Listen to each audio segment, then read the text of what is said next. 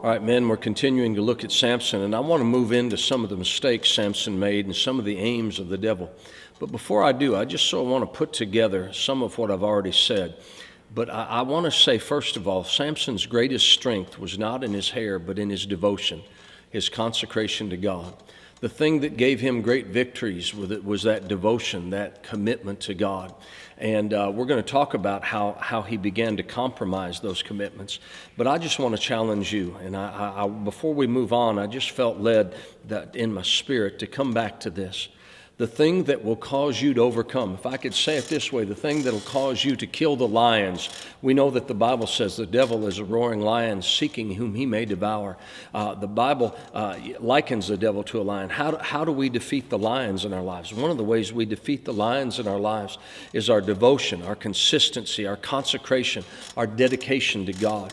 Part of the things that enables us to, in a sense, slay the enemies of our lives. We may not have 1,000 soldiers attacking us, but we have insecurities, we have inferiorities, we have feminism. I mean, we have this spirit that's in the world that's trying to demasculate men.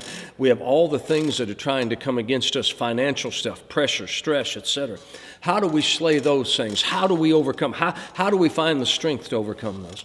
A great deal of them come from our devotion to God. And sometimes maybe we throw it on a whole lot of other things, but really if I could define it that way, Samson's great strength was not in his hair, and not that he didn't do certain things, but it was in his devotion, his being set apart to God.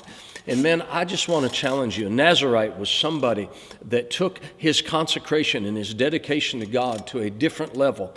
So I want to challenge you. Is there anything you need to do to get back to a different level with God, a greater consecration and dedication to God? I believe that what we need today are men of God that take that extra step, go that extra level of being dedicated to God, to coming to the house of the Lord, to paying their tithe, to working in the house of God, supporting their pastor, going that extra level. Today, there almost seems to be that thing of come back, don't be so serious, don't be that committed.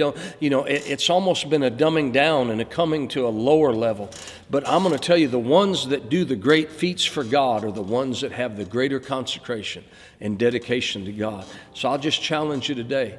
What do you need to do to take your consecration and dedication and devotion to God to a higher level?